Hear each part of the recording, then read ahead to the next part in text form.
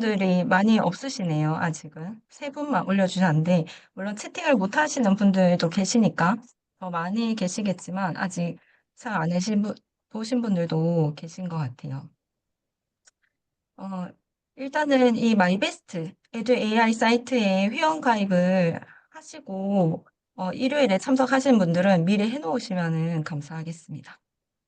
그리고 요 첫 번째는 보고서를 작성을 할 수 있는 사이트고요. 두 번째는 AI 과제 탐구 사이트를 이용해서 보고서를 만든 사람들이 자기 보고서를 공유를 할 수 있거든요. 그렇게 공개를 이제 해놓은 보고서들인데 지금 500건 이상 발행되어 있어요. 제가 좀 전에 봤을 때는 506개 이렇게 있었거든요. 굉장히 이제 많은 사람들이 사용을 했죠. 고등학교에서 이제 학교 캠프로도 진행을 하고 있어서 좀 개수가 지금 많은 상황이고요. 한번 들어가셔서 결과물이 어떻게 좀 생성되는지 보셔도 좋으실 것 같아요. 오늘 이제 강의해드릴 내용은 첫 번째는 AI 과제 탐구 지도사 과정의 커리큘럼을 한번 그냥 간단하게 소개를 해드리고, 그리고 지도사 과정을 통해서 어떤 역량을 갖출 수 있는지 설명을 해드리고요. 그리고 이제 3번, 4번이 오늘 본격적인 강의 내용들이에요. 아, 네. 음소거 해야 할 분들이 계시다고. 아마 마이크가 켜져 있어서 잡음이 들릴 수도 있을 것 같아요. 마이크 켜져 있으신 분들은 꺼주시면 감사하겠습니다. 그리고 3번에서 학종 이제 평가 요소 설명을 해드리고, 탐구 보고서가 이제 왜 중요한지 같이 연결해서 설명을 해드리겠습니다. 과제 탐구 지도사 커리큘럼은 총 6차시로 되어 있거든요. 6차시고 각 차시마다 이제 1시간씩 이렇게 되는데요. 처음에는 먼저 입시의 이해에 대해서 설명을 드릴 거예요. 탐구 보고서를 쓰는데 입시를 왜 알아야 되냐. 이렇게 이제 연관성을 잘 모르시는 분들도 계실 수 있는데, 보고서를 고등학생들 위주로 이제 말씀드리면, 고등학생들이 보고서를 써야 되는 이유 자체가 어떻게 보면 학생부에 이제 적어서 학종에서 좀 점수를 잘 받기 위한 그런 목적이 있기 때문에 입시랑 떼서 생각을 좀 할 수가 없거든요. 그래서 입시에 대해서 좀 깊이 있게, 어, 저희가 진로 진학 마이베스트 지도사 과정에서 진로 진학 컨설팅을 할 수 있는 과정도 별도로 운영을 하지만 이 과제 탐구 지도사 과정을 들어도 우리나라 지금 입시가 또 학종이 이렇구나 하는 거를 그래도 좀 전문가 수준 정도로 아실 수 있도록 상세하게 좀 설명을 해드릴 거예요. 그리고 2차 시는 AI의 이해 및 AI 윤리에 대한 내용이거든요. 이게 이제 어쨌든 이 과정의 목적은 이 AI 과제 탐구 플랫폼을 잘 이용을 하자 이런 거고, 그러려면 이거를 이제 학생들에게 수업을 하고 이 플랫폼을 이용을 할 수 있게끔 이제 지도를 해주고, 또 과제 탐구를 하고 보고서를 쓰는데 AI를 이제 왜 써야 되는지, 그리고 어떻게 쓸 수 있는지, 그리고 쓸 때 어떤 우리가 뭐 AI의 도움을 받아서 그냥 시키는 대로만 뚝딱 결과물을 만들어내고 이런 게 탐구는 아니잖아요. 그래서 사용할 때 어떤 점을 좀 주의해야 되는지 그런 부분에 대해서도 좀 설명을 해드릴 겁니다.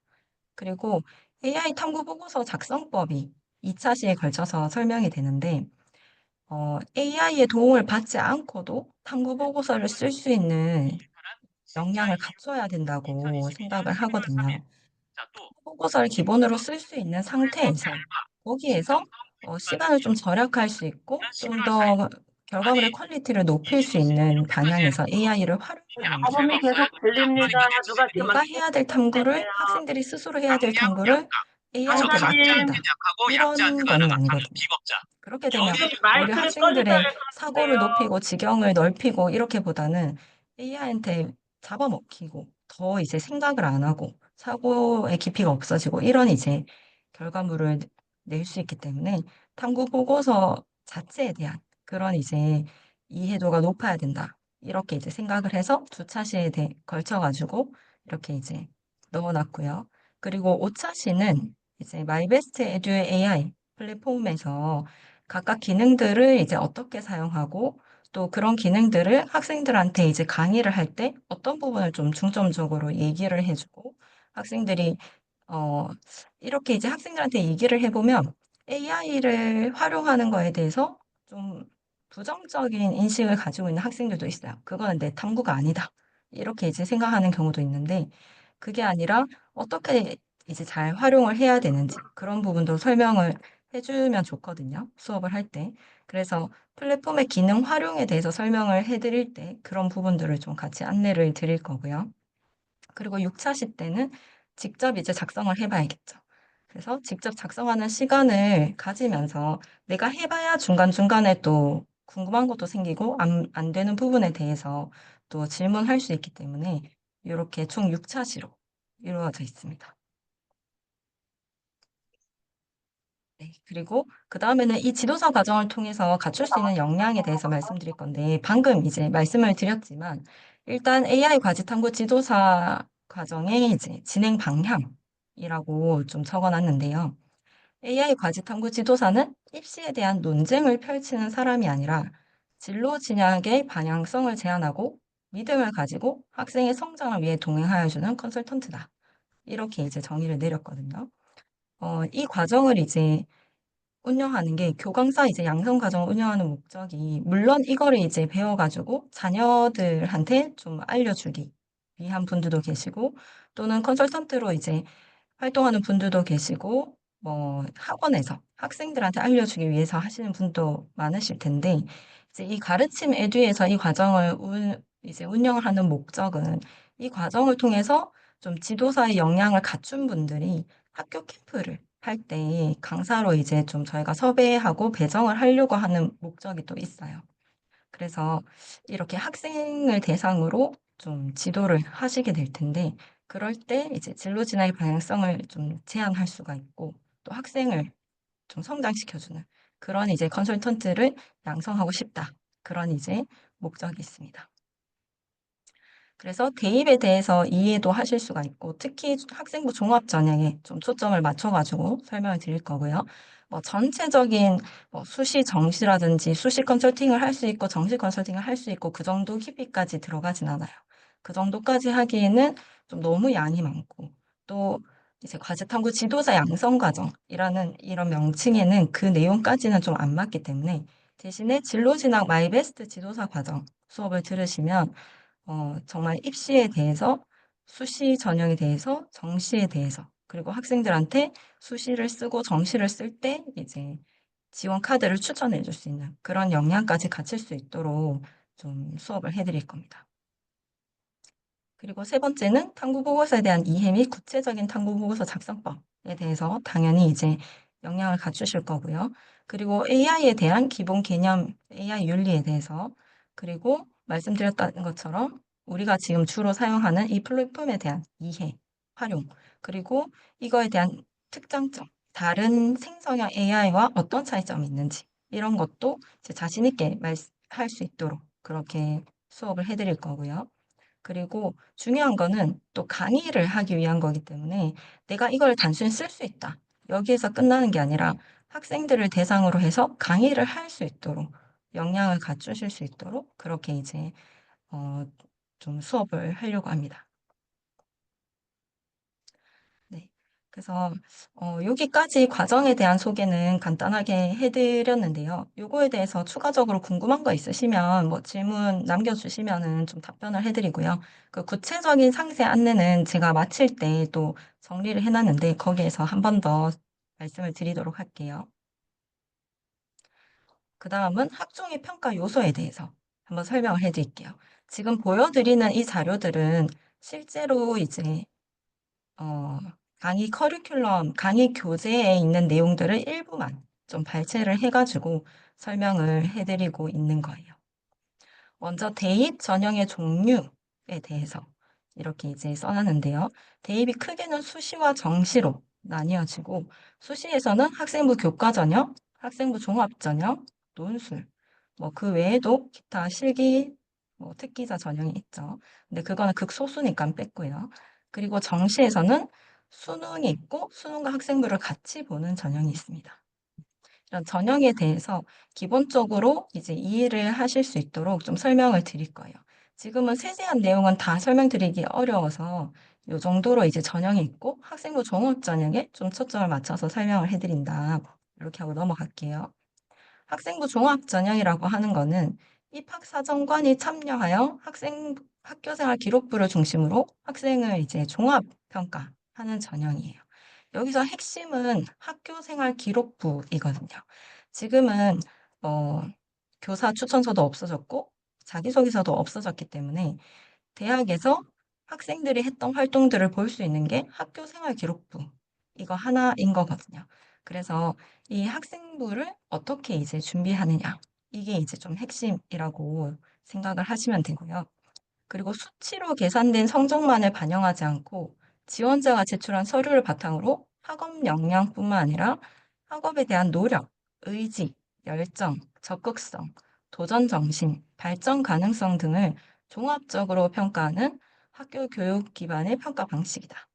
이렇게 이제 학생부 종합전형의 정의를 내리면 되시거든요. 수치로 계산된 성적이라고 하는 거는 내신이죠. 학교 생활 기록부에 보면 성적표가 들어가 있어요. 그 성적표에 보면은 학생들의 이제 원점수나 평균이나 편차, 그리고 등급, 이 학생이 이 수업을 학생들이 뭐 몇 명이나 들었는지 등등 이런 이제 내용들이 있는데 그렇게 수치로 계산된 것만 보는 게 아니에요. 그 외에 특기사항, 세부 능력의 특기사항, 그리고 행특 이렇게 학교 선생님들께서 문장으로 써주신 학생에 대한 평가가 있잖아요. 그런 평가 내용들, 그리고 실질적으로 그 수업 시간에 학생들이 했던 활동들, 이런 내용들을 보고 종합적으로 평가를 하는 겁니다. 그래서 일반적으로 활용되는 평가 요소와 항목은 크게 이제 이렇게 세 가지로 보시면 돼요.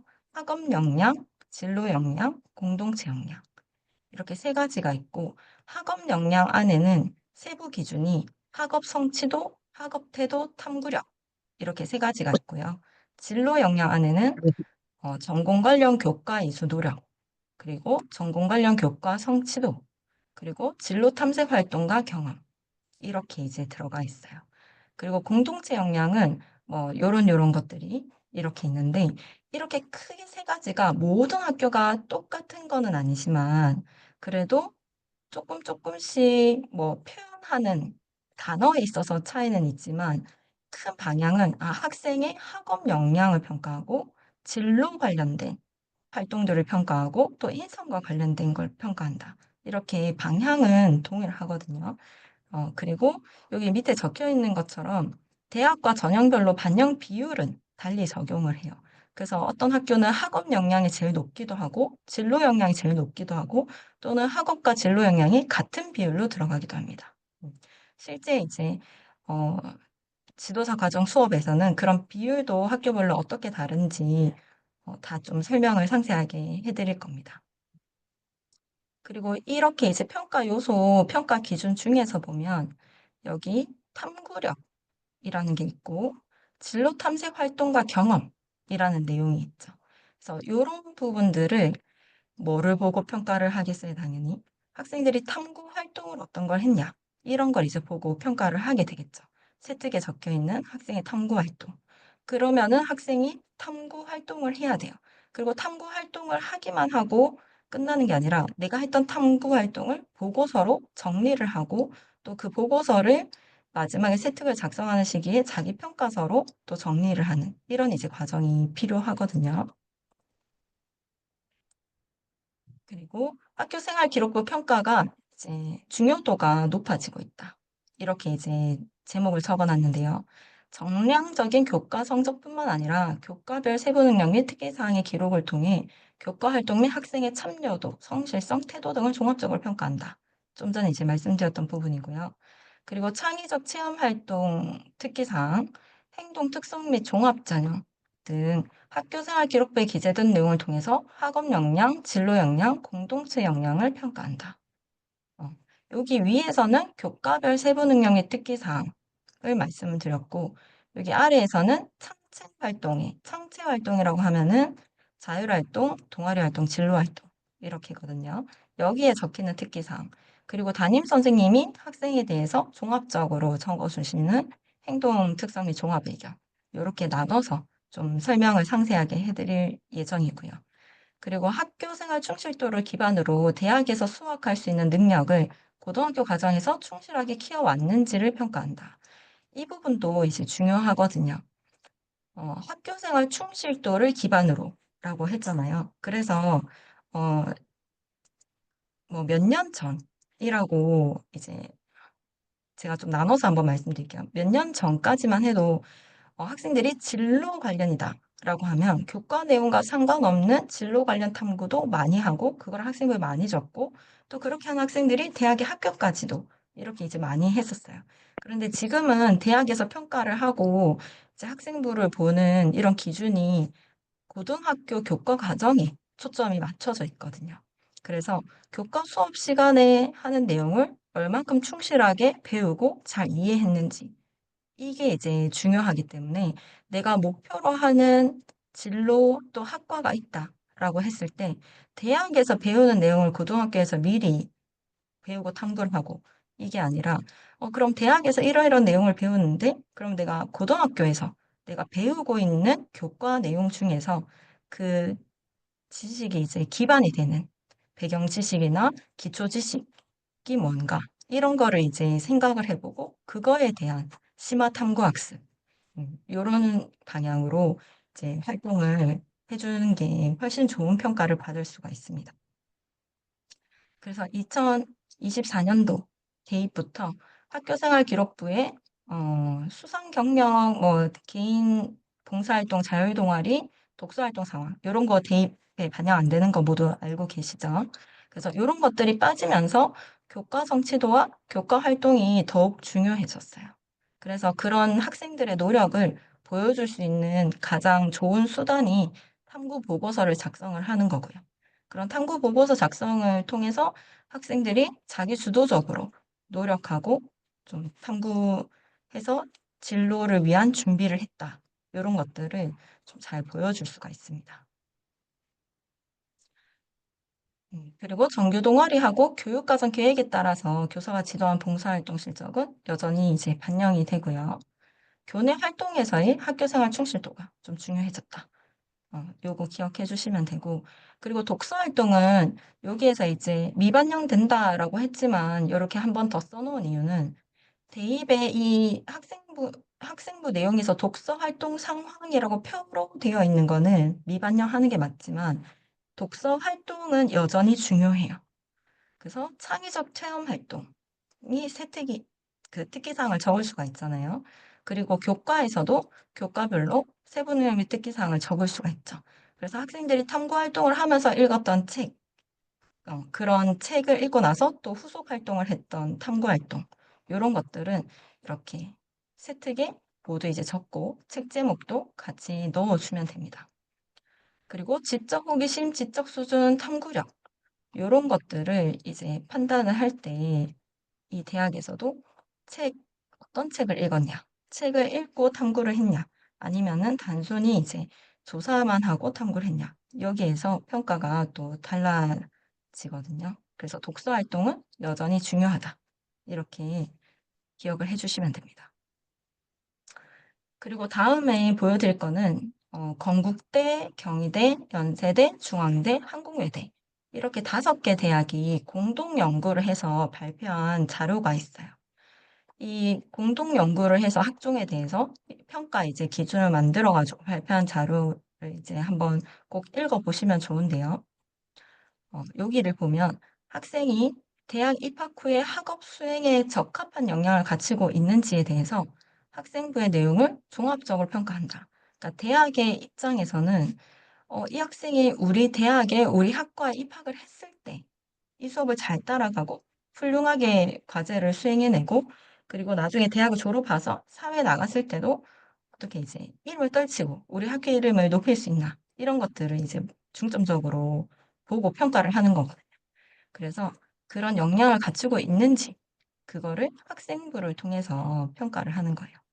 그래서 역량을 평가를 하는데 단편적이고 이례적인 활동을 많이 한 학생들은 어, 학생부에서 좋은 평가를 받기가 조금 어렵습니다. 보통 이제 학생들이 또 잘못 오해하고 있는 게 내가 1학년, 2학년, 3학년 동안 엄청 다양한 활동을 해서 학생부를 엄청 풍성하게 만들어야겠다. 이렇게 이제 생각을 하고 정말 이렇게 가짓수로 따지면 정말 막 수십 개의 활동을 하는 경우가 있거든요. 그런데 그런 경우는 정말 학생들이 노력은 했지만 합격까지 가기에 조금 힘든 학생부가 될 수 있어요. 그런 것도 다음에 좀 더 이제 상세하게 그 이유를 한번 설명을 해드리도록 하겠습니다. 그리고 역량이라고 하는 거는 학생이 지닌 다양한 능력과 잠재력을 의미하거든요. 요 서류에는 지금 안 넣었는데 저희가 입시에 의해 수업을 할 때 이런 입시에서 주로 사용하는 용어에 대해서도 설명을 해드릴 거예요. 용어를 알고 있어야 그런 의미를 정확히 알고 그게 왜 중요한지 아실 수가 있거든요. 그래서 여기는 역량만 넣어두는데 그런 입시 용어에 대해서도 좀 설명을 해드릴 예정입니다. 그리고 교과 수업과 창의적 체험 활동을 통해서 대학에 진학 후에 학업에 필요한 분석력, 논리력, 협업 능력과 잠재력, 함량이 이제 필수다. 이렇게 간단히 좀 적어드렸고요. 그리고 평가 요소하고 평가 항목은 요 아까 말씀드렸던 5개 대학의 공동 연구 자료에서 발췌해가지고 만든 건데 거의 이게 중심이라고 생각을 하시면 돼요. 그리고 학생들을 뭐 이거는 이제 과제탐구 지도사 과정이니까 뭐 자세히 말씀은 안 드려도 학생들을 이제 지도를 할 때 학생들이 목표로 하는 대학이 있다. 그러면 그 대학의 이제 모집 요강이나 학생부 전형 가이드북 이런 거를 통해서 그 학교에서 더 중점적으로 보는 게 뭔지는 한번 파악을 해주시면 좋고 그리고 아까 말씀드렸다시피 이런 이제 학업 역량, 진로 역량, 공동체 역량 요거에 대해서도 각 대학마다 중요하게 생각하는 게 조금씩 달라서 반영 비율이 차이가 나거든요. 저희가 그 반영 비율에 대해서는 주요 대학들의 반영 비율은 또 설명을 한번 드릴 거예요. 그래서 평가 요소를 자세하게 한번 보고 넘어가 볼게요. 학업 역량은 대학 교육을 충실히 이수하는 데 필요한 수학 능력이라고 개념 정의를 해놓았고요. 진로 역량은 자신의 진로와 전공 계열에 대한 탐색, 노력과 준비 정도라고 이제 정의를 내리고요. 공동체 역량은 공동체의 일원으로서 갖춰야 할 바람직한 사고와 행동, 이렇게 이제 정의를 내리면 됩니다. 그래서 세 가지로 세부적으로 평가를 하고 있는데 학업 성취도는 고교 교육 과정에서 이수한 교과의 성취 수준이나 학업 발전의 정도라고 해서 교과의 성취 수준이라고 하는 거는 등급을 통해서도 볼 수 있지만 종합전형에서는 등급만 보는 건 아니고요.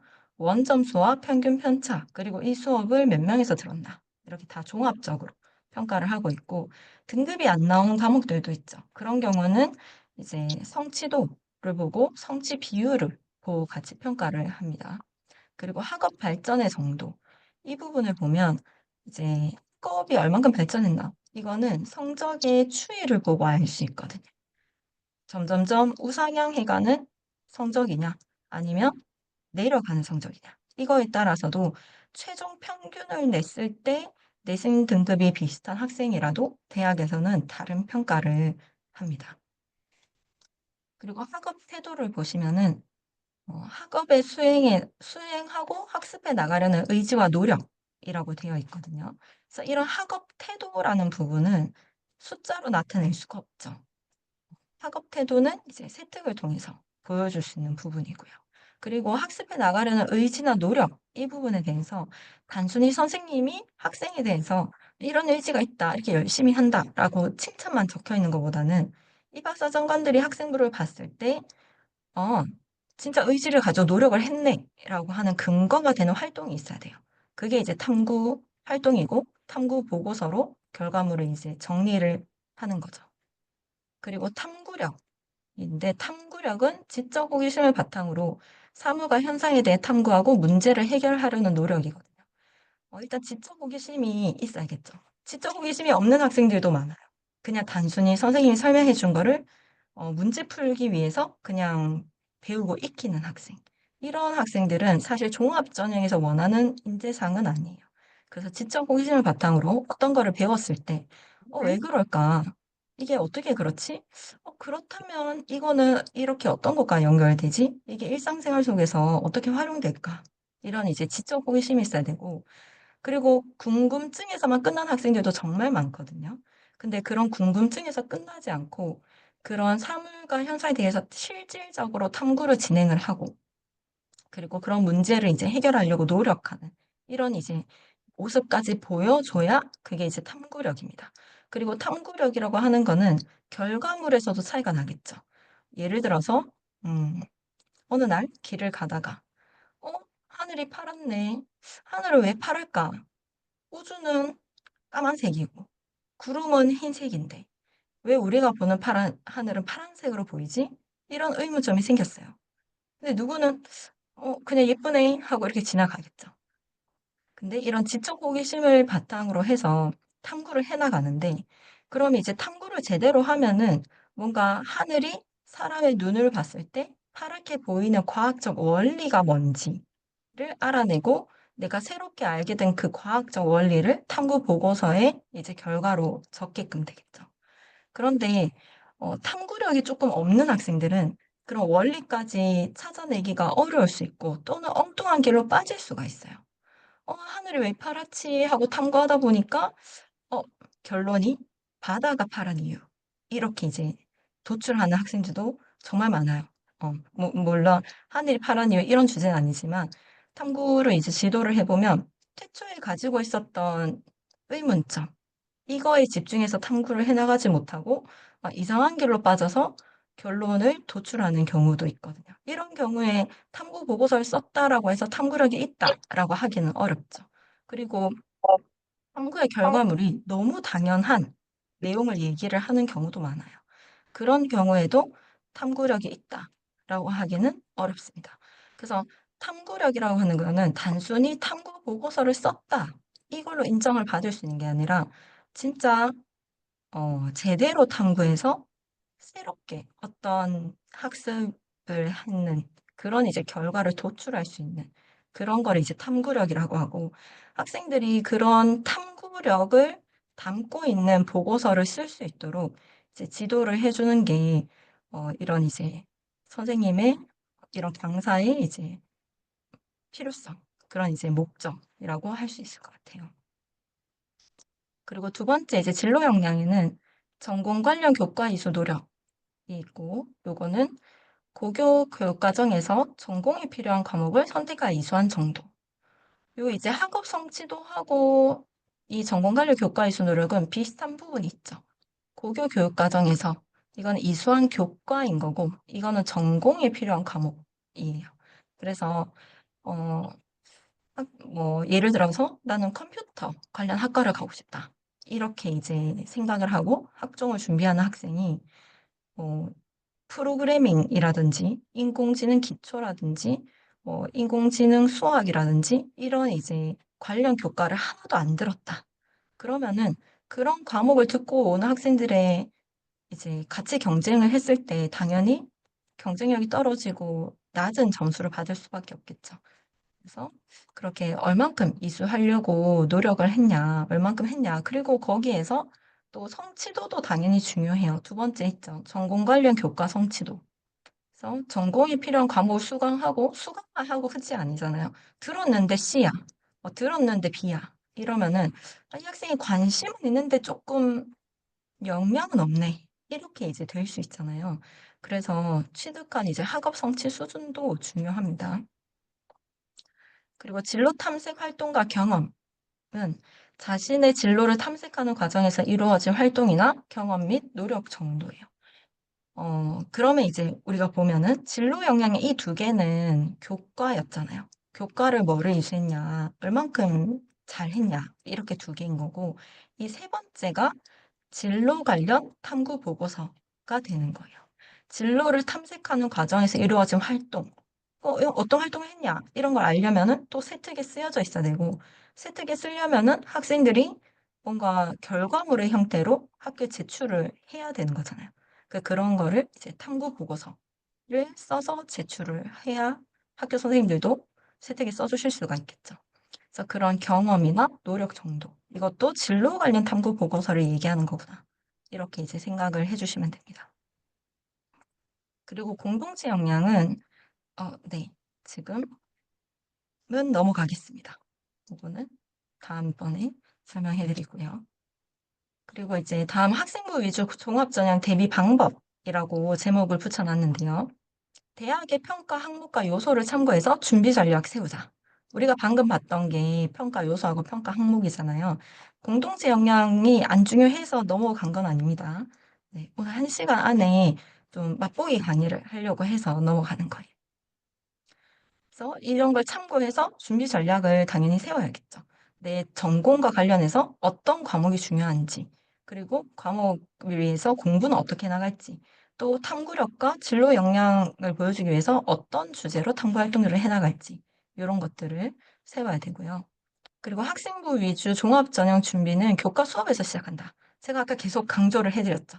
교과 수업에서 발생하는 지적 호기심을 가지고 탐구 활동을 해야 되고, 그리고 그것들이 진로와 관련이 있는 과목이다. 그럼 당연히 내가 목표로 하는 학과와 관련된, 내가 이 학과랑 관련해서 여기에서 이만큼 역량을 펼칠 수 있다는 것을 보여줄 수 있도록 고등학교의 관련 기초 지식을 심화학습을 했다. 이런 것들을 보여줄 수 있어야 되고요. 그리고 창의적 체험 활동은 교과 연계 활동을 이제 하면은 좋아요. 창의적 체험 활동이라고 하면 자율활동, 동아리활동, 진로활동이라고 말씀드렸잖아요. 그러면 이런 활동들도 생뚱맞게 시작하는 게 아니겠죠. 그죠? 내가 세문화 시간에 어떤 사회 이론을 배웠어요. 근데 그 사회 이론을 배우고 나서 내가 우리 학교를 쭉 보니까 우리 학교에서 일어나는 이런 현상이 이 사회 이론을 좀 접목해서 해석을 해볼 수 있겠다. 그래서 이걸 접목해서 파악을 해서 거기에 맞는 해결 방안을 내가 제시를 해볼 수 있겠다.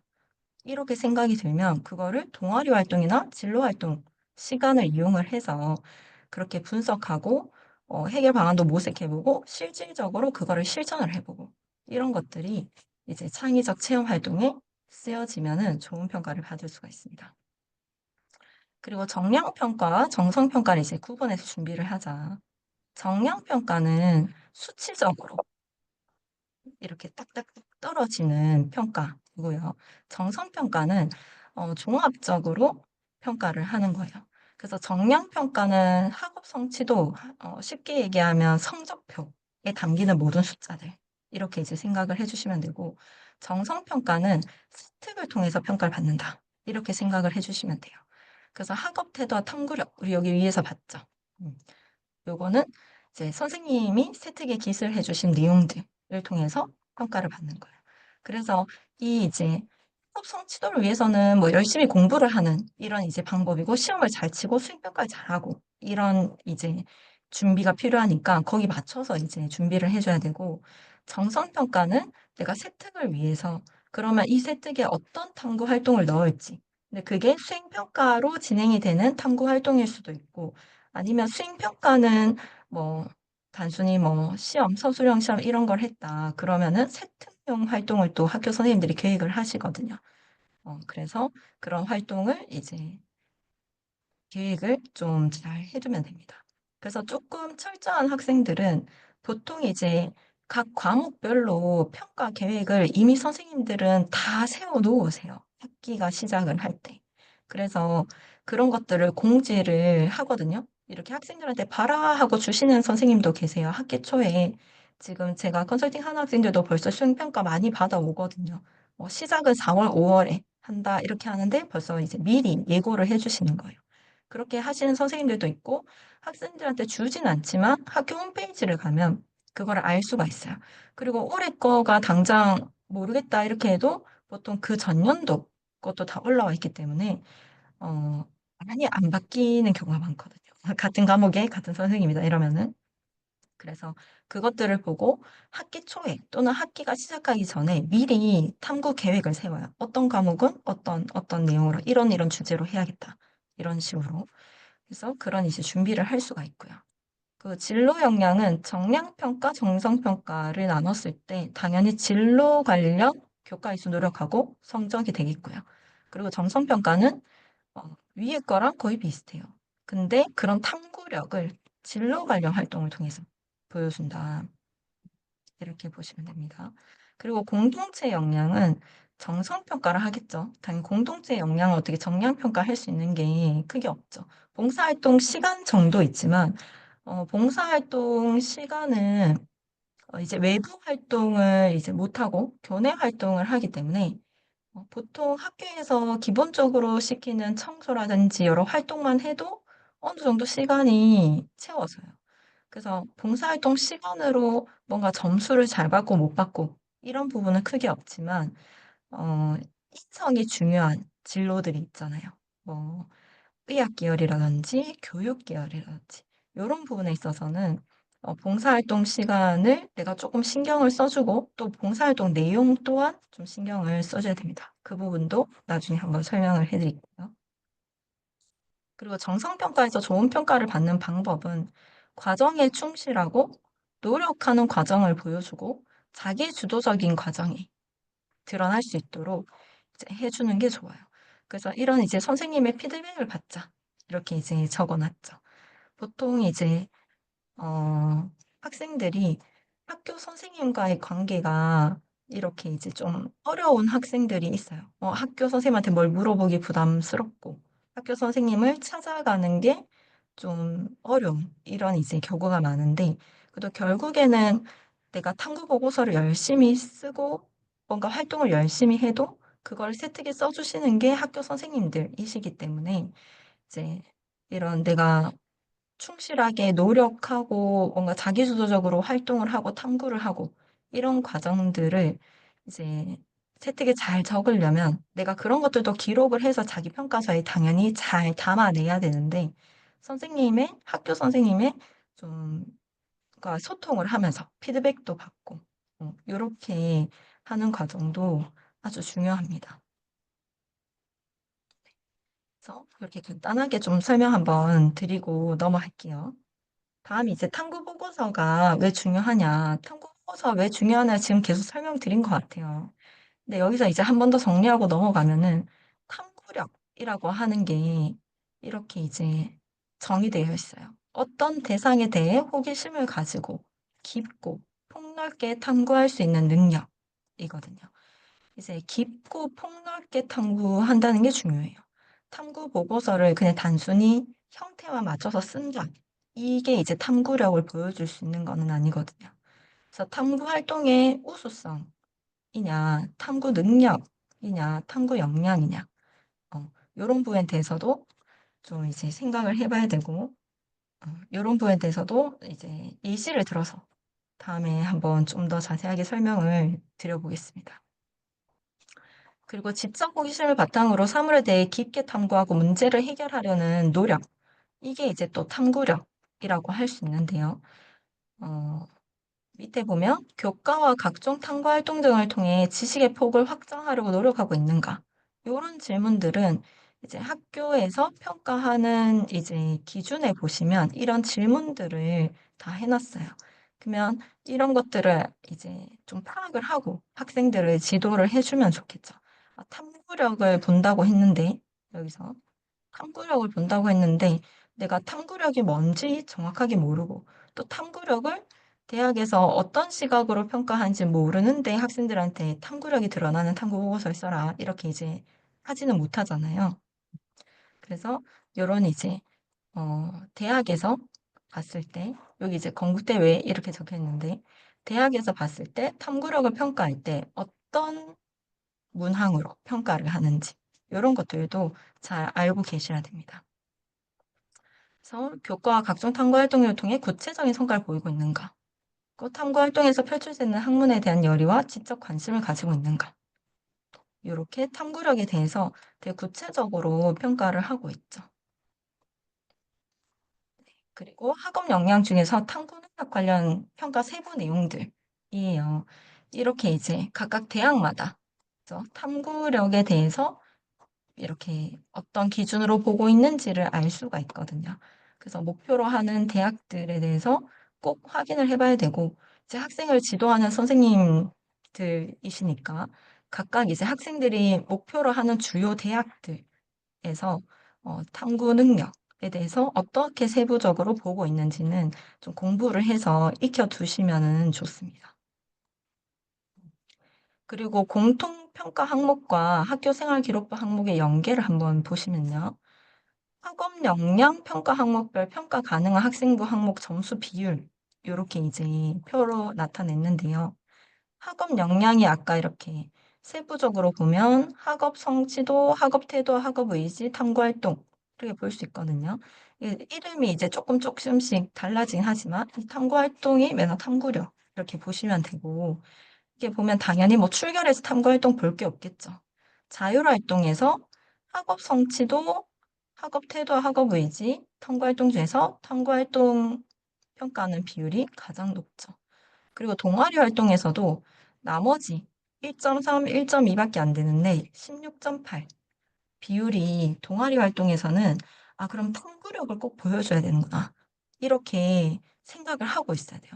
학생들이 정말 1 학년 학생들은 가끔씩 "선생님 이런 동아리 들어도 돼요?" 정말 이제 말도 안 되는 동아리 "들어도 돼요?" 물어보는데 "당연히 안 된다." 이렇게 이제 얘기를 하거든요.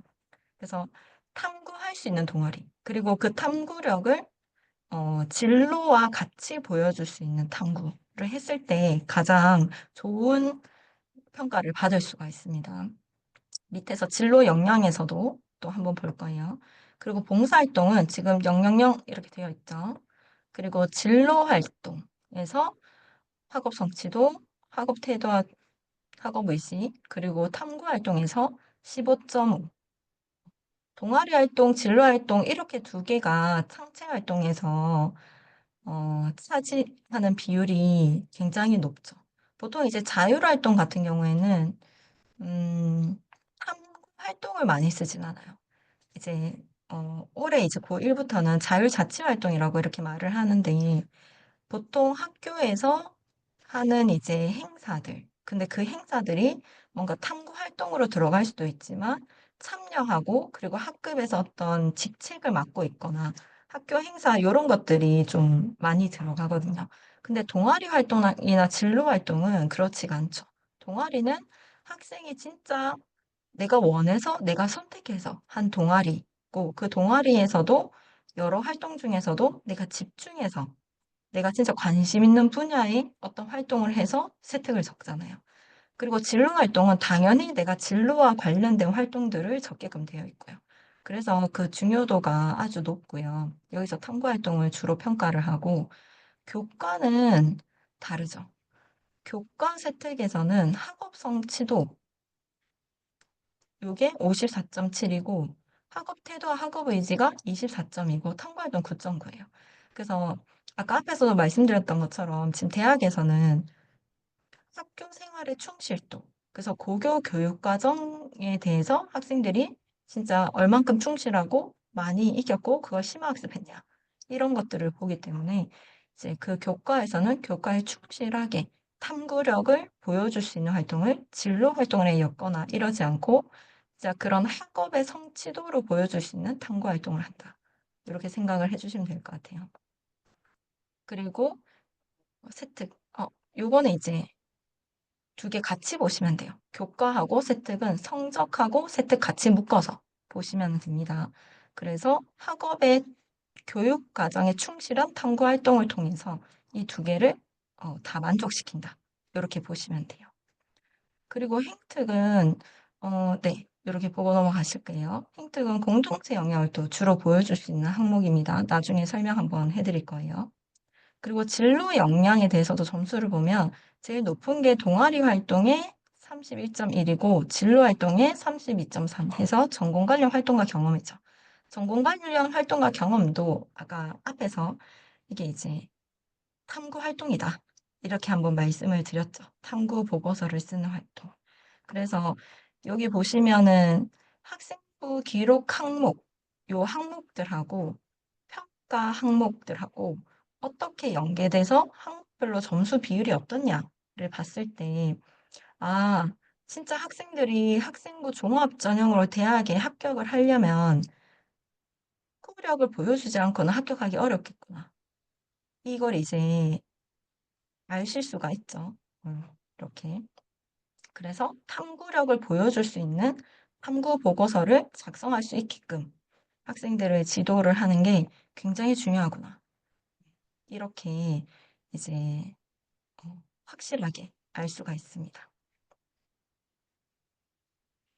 그리고 탐구 보고서 작성법에 대해서는 여기서는 뺐어요. 그 작성법은 아까 원래 정식 과정에서도 2시간을 해야 될 만큼 엄청 긴 내용인데 다루기에는 너무 이제 좀 얘기를 한 것도 아니고 안 한 것도 아니게 될 것 같아서 좀 내용을 뺐고요. 그리고 마이베스트 에듀 AI 과제 탐구 플랫폼에 대해서 좀 간단히 한번 설명을 드릴 건데요. 요거 한번 다들 써보셨죠? 아까 전에 써보신 분들이 좀 몇 분 계셨는데 음, 그 이제 탐구 보고서 부분 해가지고 이 생성형 AI가 많은데 다른 생성형 AI와 다른 이제 이 플랫폼만의 특장점이 있어요. 그 부분을 좀 한번 설명을 해드릴게요. 잠시만 공유를 조금 바꿔보겠습니다.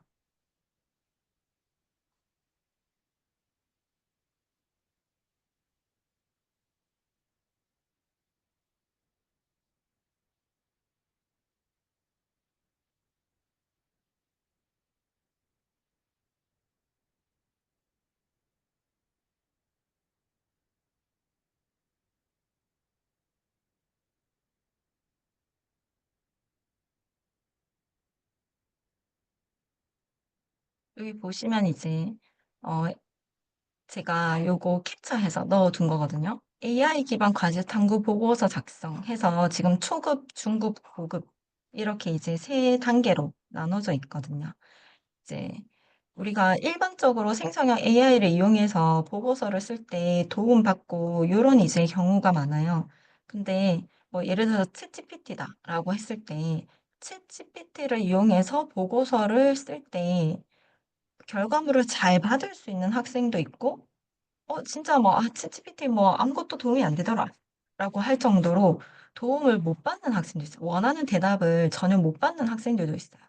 이제 그게 어디에서 차이가 나냐면 프롬프팅 능력에서 차이가 나거든요. 그런 생성형 AI들은 질문을 잘 해야 원하는 그 답변을 주는데 학생들이 그런 거를 해본 적이 없고 또 누가 이제 가르쳐 주지를 않다 보니까 잘 못해요. 그래서 학교 수행평가로 챗GPT를 어떻게 활용해서 어떤 결과물을 이제 내라 이런 수행평가가 이제 작년부터 재작년부터죠. 재작년부터 이제 학교 선생님들이 좀 내주시는데 막 쓰기 어려워하는 학생들도 많아요. 근데 그런 거랑 다르게 이 AI 기반 과제 탐구 이 마이베스트 에듀 AI는 일단 각각 초등, 중등, 고등 해가지고 학생들의 수준에 따라서 이렇게 이제 나눠놨고 또 들어가 보시면 아시겠지만 초등 학년별 교육 연계 그리고 중등의 학년별 교육과정 연계 고등의 또 교육과정 연계 이렇게 교육과정과 연계해서 실질적으로 각 과목의 수행평가를 하거나 탐구 보고서를 쓸 때 아까 제가 계속 강조해 드린 게 고교 교육과정과 연계된 탐구 활동이 좋은 평가를 받을 수 있다 했잖아요. 그게 당연하게 되도록 만들어 놓은 거예요. 그리고 초등, 중등, 고등 이렇게 각각의 단계마다 어, 말투도 달라요. 초등학생들은 초등학생들이 잘 이해하고 친숙하게 느낄 수 있는 단어와 이제 어조로 얘기를 하고 중등도 그렇고 고등학교는 좀 더 전문가적인 단어와 어른스러운 어조로 이렇게 이제 문장을 써주거든요. 그래서 각각 학년에 맞춰서 아주 이제 탐구를 잘 할 수 있다. 이게 제일 큰 장점이고요. 그리고 여기 보시면 각 단계가 있어요. 총 9단계로 이루어져서 각 단계를 지나가서 쭉쭉쭉 하다 보면 최종 보고서가 완성이 되거든요. 그래서 이런 단계를 이제 따라가면 어떤 장점이 있냐면 아까 이제 얘기 드렸던 것처럼 어, 생성형 AI를 이용했을 때 탐구 보고서를 쓸 때 프롬프팅 능력이 없어서 원하는 정보를 못 얻어낸다고 했잖아요.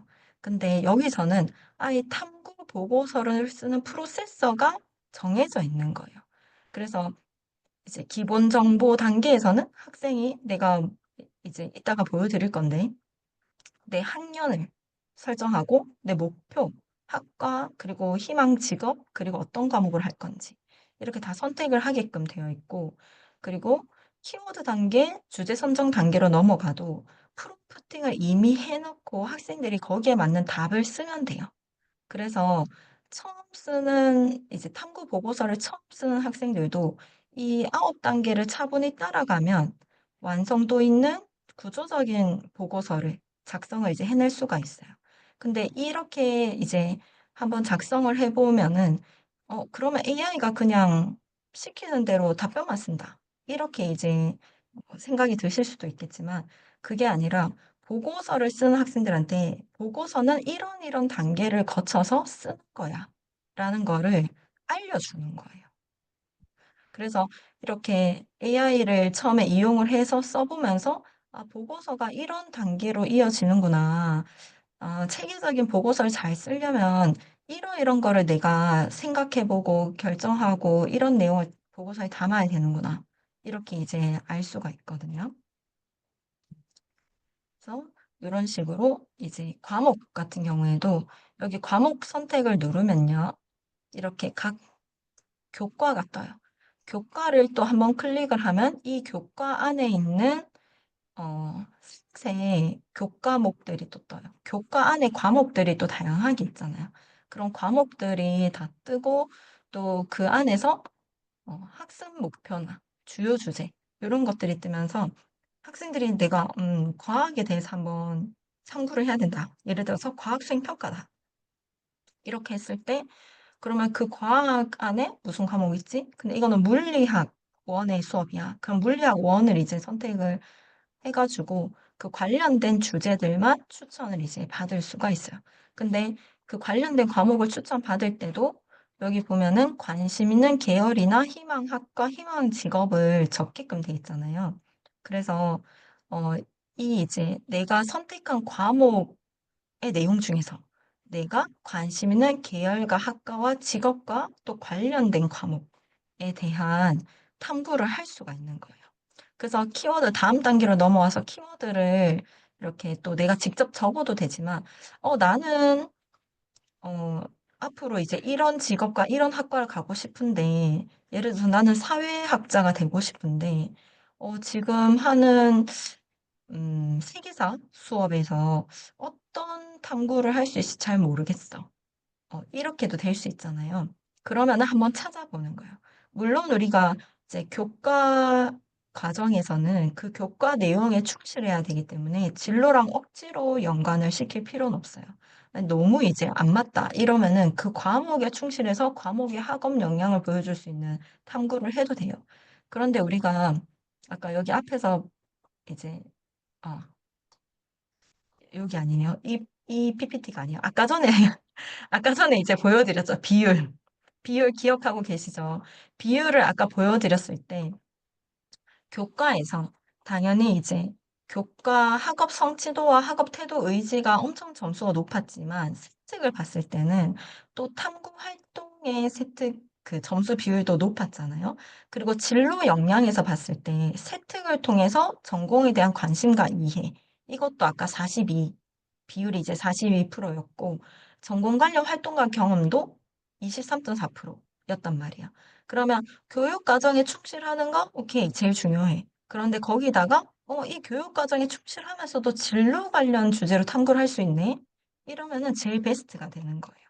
근데 그런 것들이 학생들이 생각하기 어렵거든요. 근데 여기에서는 이제 선택을 내가 원하는 정보를 입력을 해놓고 이렇게 이제 넘어가면 거기 맞는 어, 키워드들을 알아서 추천을 해주는 거죠. 이게 진짜 엄청나게 큰 거거든요. 그리고 그런 이제 키워드를 선정했을 때 관심을 갖게 된 이유나 계기도 직접 쓸 수도 있지만 이렇게 AI한테 답변 추천을 받아서 내가 뭘 어떻게 써야 될지 모르겠는 학생도 많아요. 탐구 동기나 이런 게 중요한데 뭐 탐구 동기나 이런 걸 뭐 어떻게 써야 되지? 이렇게 이제 막막한 학생들도 많기 때문에 이런 AI 답변을 보고 아, 이런 식으로 쓰는 거구나를 또 배워서 나만의 내용으로 써줄 수가 있거든요. 그래서 키워드를 선택하고 넘어오게 되면 이제 다음은 주제 선정 단계가 돼요. 주제 선정 단계에서는 좀 더 구체적인 주제를 만들어줘요.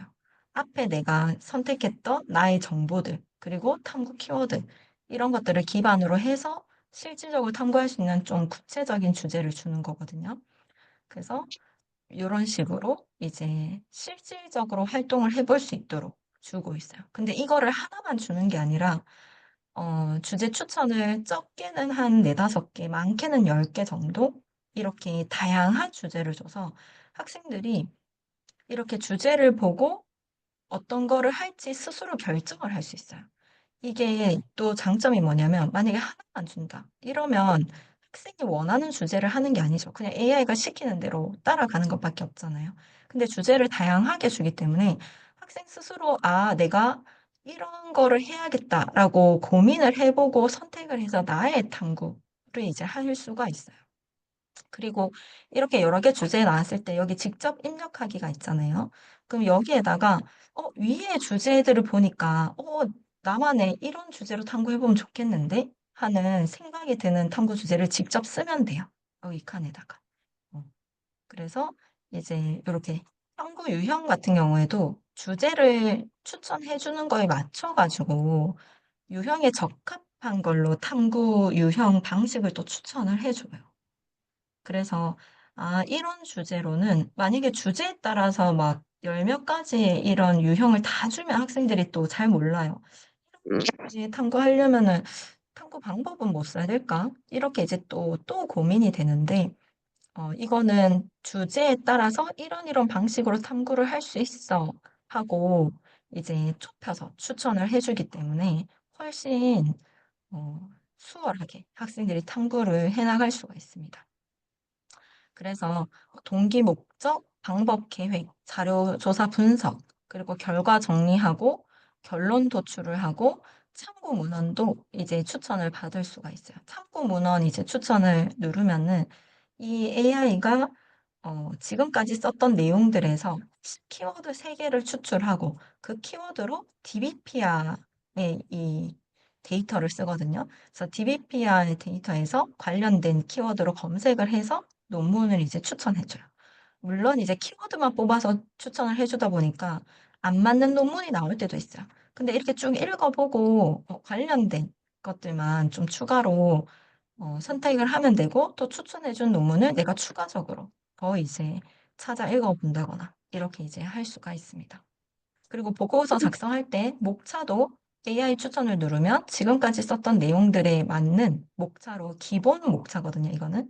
이제 거의 모든 뭐 논문이나 이런 보고서를 쓸 때 제일 기본이 되는 목차에서 AI 추천을 써서 지금까지 썼던 내용이 맞춤형으로 이렇게 이제 보고서 추천을 해 주고요. 그리고 보고서 이제 완성되는 데 한 3 분? 뭐 3 분보다 적게 걸릴 때도 있어요. 이렇게 해서 이제 최종 보고서 완성이 되면 어 요런 식으로 이제 수정도 할 수 있어요. 요 로보트를 눌러보면 뭐 내용 확장하기, 요약하기, 쉽게 설명하기, 전문적으로 바꾸기, 문장 개선하기 하고 또 사용자 정의로 내가 원하는 프롬프팅을 또 해서 원하는 방향으로 바꿀 수가 있고요. 뭐 예를 들어서 보고서 반말로 써졌는데 뭐 "우리 선생님은 높임말로 반말을 아니 그 높임말로 보고서를 좀 내야 돼." 이러면은 "뭐뭐 한다."라는 행태를 "뭐뭐 합니다."로 다 바꿔 줘. 이렇게 하면 이제 한 번만에 바꿔 주거든요. 학생이 일일이 문장 바꾸려고 하면 그것도 시간이 걸리잖아요. 그래서 그런 시간을 절약할 수 있고 요건 이제 문서로 어 PDF나 이제 도큐먼트 요런 문서로 다운을 받아서 이렇게 제출도 할 수 있고 수정도 할 수 있어요. 그리고 여기 오른쪽 아래에 보면은 소속 연구를 추천을 이제 또 해 주거든요. 요런 부분들도 이제 굉장히 큰 도움이 됩니다. 오늘은 지금 제가 간단하게 설명해 드리려고 해서 몇몇 단계만 설명해 드리고 쭉 넘어왔는데 이런 각 단계에 대해서 어떤 부분을 좀 중점적으로 봐야 되고 또 이런 이제 결론 도출하거나 결과 정리하거나 자료 조사 분석 단계에 나오는 좀 AI 답변 추천이나 이런 것들을 어떤 식으로 학생들한테 활용하도록 얘기해 줘야 될지 이런 부분들도 좀 상세하게 설명을 다 해 드릴 거예요. 그래서 보고서 완성 사례를 보면 이렇게 나오는데 보통 한 8 쪽에서 10쪽 정도 분량으로 보고서가 도출되고요. 지금은 조금 더 내용을 좀 많이 나오도록 수정을 해서 제가 최근에 해보니까 많게는 뭐 한 15장, 16장, 뭐 적게는 한 12장, 요렇게 이제 나오더라고요. 그렇게 이제 도출을 해내가지고 이걸 어떻게 활용하냐면, 이 AI 과제 탐구 이 플랫폼의 목적이 뭐냐면 학생들이 스스로 자기가 관심 있는 분야에 대해서 읽을 거리를 만들어낸다. 이게 이제 좀 목적이거든요. 내 진로 관련한 심화 읽기 자료를 내가 스스로 만들어낸다. 그래서 그거를 쭉 읽어보고, 그러면 배경 지식이 쌓이잖아요. 내가 어떤 분야에 관심이 있는데, 이 관련된 자료를 막 어디에서 찾아봐야 될지 잘 모르겠는 경우가 학생들이 많아요. 근데 책을 찾아 읽기에는 책은 내가 딱 관심 있는 그 핵심 내용만 다루고 있는 책이 잘 없기도 하고, 또 어쩔 때는 너무 전문 도서고, 너무 두껍고, 이런 경우도 있어요. 그리고 영상을 찾아보기에는 또 좀 신뢰할 수 있는 영상도 있지만 좀 그렇지 않은 것도 있고 또 막 강의나 이런 걸 찾아보게 되면 또 내용이 길고 어렵고 이렇게 이제 되잖아요.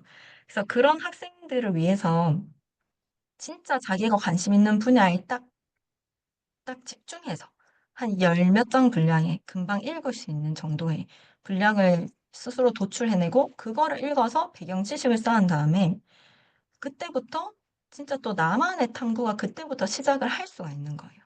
특히 이제 이게 열 몇 장 이렇게 분량으로 나오는데 이제 이거 학교 캠프로 가면 이렇게 보고서를 이렇게 이제 내고 하지만 학교 선생님들께서 또 평가를 하셔야 되잖아요. 그러면 저희가 추천드리는 거는 이 내용을 이제 이렇게 보고서를 도출하고 나서 학생들한테 읽어보도록 하고 나서 자기만의 언어로 2분 발표를 시키시는 이런 이제 것들을 추천을 해드리거든요.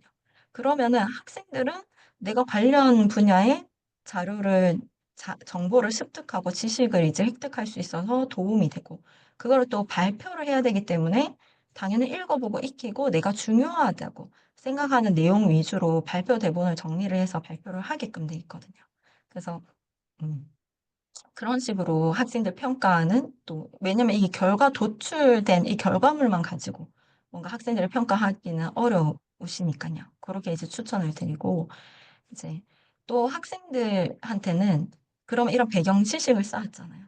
그러면 이 활동 한 번에서 끝나는 게 아니라 아까 제가 단편적이고 뭔가 이런 이제 일시적인 탐구로는 학종에서 좋은 평가 받기가 어렵다고 아까 잠깐 언급했었는데 이렇게 내가 배경 지식을 습득을 하고 그거를 기반으로 진짜 나의 탐구 주제를 정해가지고 최종 이제 결과물을 또 만들 수가 있는 거예요.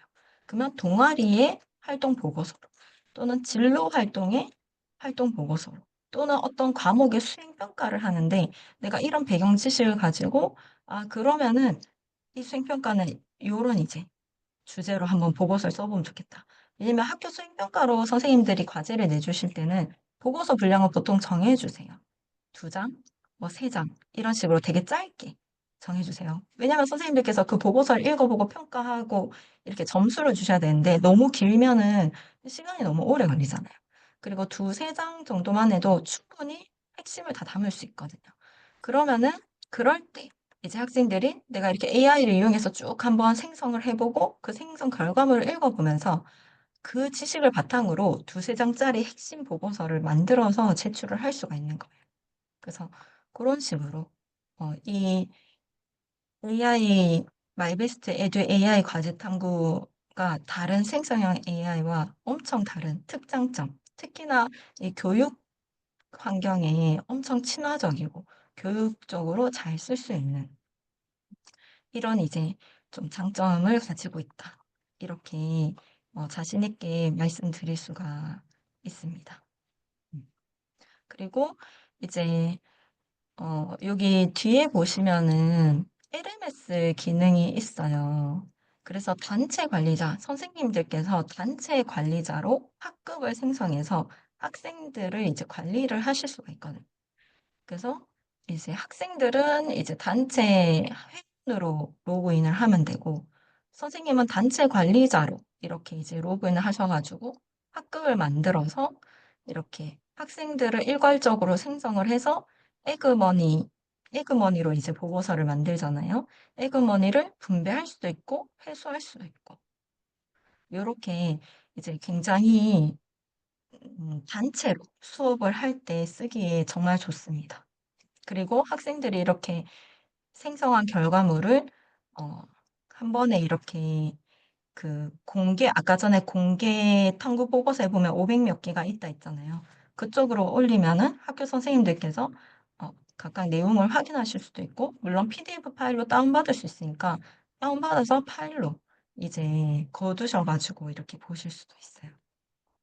그래서 그런 학교에서 잘 쓰실 수 있도록 학생들한테 실질적으로 도움을 주고, 또 탐구 보고서에 대한 단계를 이렇게 이제 익힐 수 있도록 엄청 잘 짜여진 그런 이제 플랫폼이다. 그래서 이걸로 인해서 학생들이 아주 많이 성장을 할 수 있는 기회가 될 것으로 생각을 하고 있습니다. 네. 여기까지 말씀드리고 제가 또 다른 걸로 잠시 공유를 풀고 다시 공유를 해 볼게요. 그래서 여기 보시면은 학교 캠프에 참여한 학생들 사용 후기가 있거든요. 실제로 학교 캠프를 진행을 했어요. 오늘 진행을 했는데 김포에 이제 한 고등학교에서 했었거든요. AI 과제 탐구 심화 캠프를 이제 한 학년 전체 이렇게 이제 대상으로 했었는데, 음 이 플랫폼을 통해서 좀 과제 탐구 프로세서를 이해를 하고, 또 본인이 관심 있는 영역의 심화 자료 읽기를 생성을 해 가면서 좀 더 이제 자기 분야에 관심 있게 학습하게 된 계기가 된 것 같다. 이렇게 이제 말을 하는 학생들이 많거든요. 그래서 실제 후기가 엄청 많았는데 몇 개만 한번 소개를 해 드릴게요. 여기 보시면 이제 고1 때 보고서를 어떻게 2학년 대상이었거든요. 보고서를 어떻게 적고 구성해야 하는지 잘 몰랐는데 체계적으로 보고서를 구성하고 어떻게 내용을 전개하는지도 배워서 너무 좋았고, 어떤 점을 보고서에 녹여내야 하는지를 배운 게 너무너무 좋았습니다. 오늘 했던 AI가 만든 보고서를 계속 보고 어떻게 해야 할지 계속 읽고 나중에 보고서 써야 할 때 이런 방식으로 적을 것 같습니다. 이렇게 후기를 남겨줬고, 그다음 두 번째 학생은 AI를 활용하면 자료를 빠르고 정확하게 분석하고 다양한 아이디어를 정리하는 데 큰 도움이 된다는 것을 알게 되었습니다. 특히 AI가 제시하는 다양한 관점과 창의적인 제안들이 매우 유익했습니다. 이 방법을 통해 보고서를 더 체계적으로 작성할 수 있을 것 같고, 시간을 효율적으로 사용할 수 있는 방법도 배운 기회였습니다. AI를 이용한 작문 기술이 매우 실용적이라는 느낌을 받았습니다. 그리고 세 번째는 AI의 도움을 받아서 나의 진로에 대해 생각할 수 있어서 정말 수업이 유익했다. 탐구 활동에서 창의적인 주제를 떠올려내는 것이 가장 어려웠는데, 오늘 강의 덕에 앞으로는 조금 더 편하게 설계적으로 써 나갈 수 있을 것 같다. 내 진로 학과와 직업에 맞는 탐구 주제를 자세히 써주어 앞으로 탐구 주제를 찾는데 굉장한 도움이 될 것 같다. 그리고 네 번째 학생은요. AI를 활용한 심층 탐구 보고서를 작성하며 새로운 방식을 알게 되었다. 또 더 구체화된 탐구 주제를 선정해야겠다고 다짐한 계기가 되어 도움을 정말 많이 받았다. 챗GPT 외에 다른 AI를 사용하는 기회가 있었다는 것에 감사하고, 다른 학교 학생들도 해보길 추천하고 싶었다. 보고서를 작성할 뿐 아니라 AI를 잘 사용하는 방법을 배울 수 있기 때문에 추천하고 싶다. 이렇게 후기를 남겨줬어요. 너무 감동받았잖아요. 후기 보면서. 어, 고등학생들이 이렇게 정성스럽게 후기를 써주고 진짜 이렇게 큰 도움을 받았다고 하니까, 아, 이 플랫폼이 진짜 학생들한테 도움을 많이 줄 수 있고 정말 좋은 프로그램이다. 이렇게 생각은 하고 있었는데, 실질적으로 학교 캠프를 진행하고 학생들이 이렇게 막 후기 의무도 아닌데 이렇게 정성스럽게 후기 남겨준 거를 보고, 아, 이거는 진짜 된다. 학생들이 스스로 다른 학생들도 이거를 꼭 사용해 보길 추천하고 싶다라고 할 정도면 앞으로 정말 많은 학생들이 쓸 거고, 또 더 많은 학교에서 캠프 요청이 들어와서 정말 이렇게 학교 강의도 정말 많아지겠다. 이렇게 생각이 들었어요. 그래서 이제 거의 마지막이에요. 시간이 좀 넘었네요.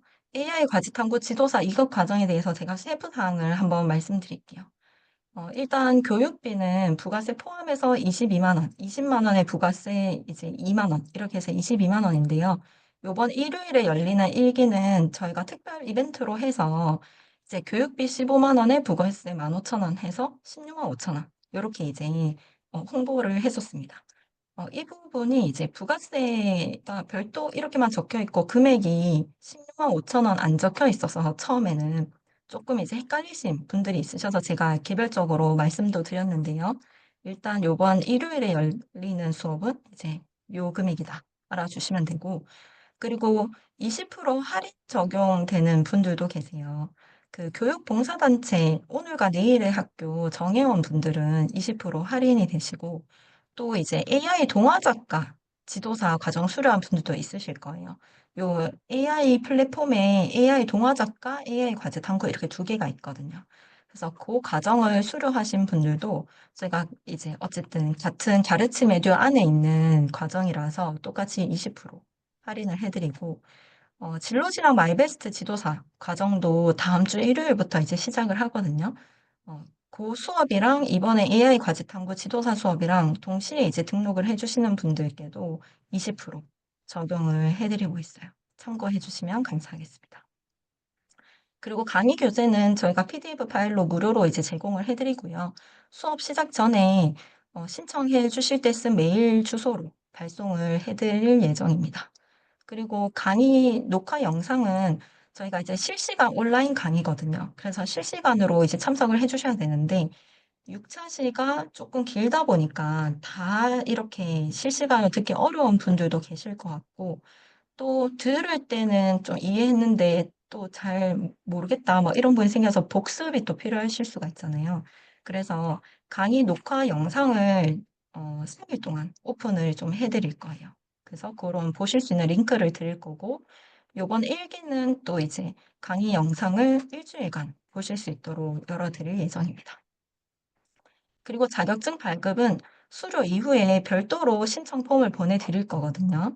그래서 자격증 발급에 필요한 뭐 생년월일이나 뭐 이렇게 영문 이름 이런 거 해가지고 신청을 따로 받을 예정이고요. 자격증의 정식 명칭은 AI 미래 진로 상담사 이렇게 이제 나와요. 이 AI 동화 작가하고 AI 과제 탐구 요거에 이제 두 개의 동일한 자격증 정식 명칭이라고 보시면 돼요. 그리고 자격증 비용은 별도로 7만 원 이렇게 있으시고 평생교육진흥회에서 발행이 됩니다. 그리고 이렇게 과정을 수료하시는 분들은 이제 학교 캠프 등 강사 섭외를 이제 할 때 이렇게 가르침 에듀의 자격증을 취득하신 분을 우선 섭외를 할 예정인데요. 참고로 이번 학기가 시작하면서 지금 3월에 시작하면서 오늘 있었던 김포의 이 한 고등학교의 AI 과제 탐구 캠프를 시작으로 해서 지금 12월까지 예정된 학교 캠프가 굉장히 많거든요. 뭐 AI 과제 탐구 캠프도 있고 고교 학점제 캠프도 있고 계열 성향 성장 로드맵 이런 캠프도 있고 또 초등학교 중학교에서는 AI 동화 작가 요쪽으로도 학교 캠프가 이렇게 문의도 많이 오고 실제 날짜가 확정돼서 예정된 것도 되게 많아요. 그래서 좀 그런 캠프에 가실 선생님들이 있으셔야 되는데 또 그런 역량도 갖추셔야 돼서 저희가 그런 캠프에 강사분으로 이제 배정을 해드리기 위해서 이렇게 과정 운영을, 교강사 과정 운영을 하는 좀 목적도 있고 하니까 한번 이제 많은 관심을 좀 부탁드리겠습니다. 그래서 일기 교육은 1시부터 7시까지인데 마치는 시간은 조금 더 늦어질 수도 있어요. 각 차시마다 이렇게 1시간씩인데 또 강의를 하다 보면 뭐 5분, 10분 조금 길어질 수도 있고 이렇게 또 1시간인데 좀 중간에 5분 쉴 수도 있고 이렇게 되니까 1시에 시작하는데 마치는 시간은 7시 조금 넘을 수 있다. 이런 거 참고해 주시면은 감사하겠습니다. 네. 그럼 네, 질문 남겨주셨네요. 사례 탐구 설계란 내용이 과제 탐구 과정에서 있었는데 실제로 사례 탐구를 학생이 하지 않고 선행 연구에서 이미 사례 탐구를 한 내용을 가지고 찾아. 아까 그 AI 과제 탐구 사이트에서 말씀하시는 거죠. 네. 그래서 네, 네네. 그 이 사례 탐구라고 하는 거는 어, 그러니까 이렇게 요런 관련 문제에 대해서 학생이 탐구를 하고 싶은데 사례 탐구를 한다. 그러면 실제 사회에서 그와 관련된 사례가 있었던 것들을 AI가 이제 찾아주는 거예요. 근데 이런 선행 연구에서 사례를 찾아주기도 하는데 학생이 이거는 AI가 시키는 대로 하는 게 아니라 AI와 소통을 하면서 얼마든지 학생이 내가 하고 싶은 방향을 추가해 줄 수 있거든요. 그래서 내가 직접 사례를 이렇게 주변에서 좀 발견하고 또는 뭔가 인터뷰를 하고 또는 설문조사를 해서 사례를 모아 가지고 그거를 보고서에 좀 같이 분석 자료로 이렇게 담겠다. 얼마든지 그렇게도 가능하죠. 특히 이제 아까 최종 보고서가 나왔을 때 거기에서 내용 수정이 가능하거든요. 글자체도 바꿀 수 있고 삭제하고 지우고 추가하고 이런 게 다 가능하기 때문에 최종 보고서가 나왔을 때도 내가 더 추가로 넣고 싶은 내용 이런 것들이 다 기능이 있습니다. 고런 부분들도 이제 최종 보고서를 좀 어떻게 활용하는지도 한번 수업할 때 설명을 해 드릴게요. 참고 문헌은 사례 탐구 중간에서 AI가 자기가 이렇게 참고로 했던 그런 내용들이 있잖아요. 그럼 최종 보고서가 완성될 때 보통 학생들이 참고 문헌 단계에서 쓰는 참고 자료 외에도 최종 보고서가 나올 때 보면 추가되어 있는 학생은 처음 보는 참고 문헌들이 쓰여져 있어요. 그런 부분들도 이제 이 AI가 참고 보고서를 생성할 때 참고했던 그런 이제 자료들을 같이 넣어 주는 거. 이만 마치도록 하겠습니다. 1 시간 조금 넘는 동안 이렇게 이제 들어 주셔서 감사하고요. 오늘 강의 이후에 혹시 추가적으로 생기는 의문점 있으시면은 카톡방에 남겨 주셔도 되고요. 개별적으로 카톡 주셔서 물어보셔도 됩니다. 네. 이만 마치겠습니다. 감사합니다.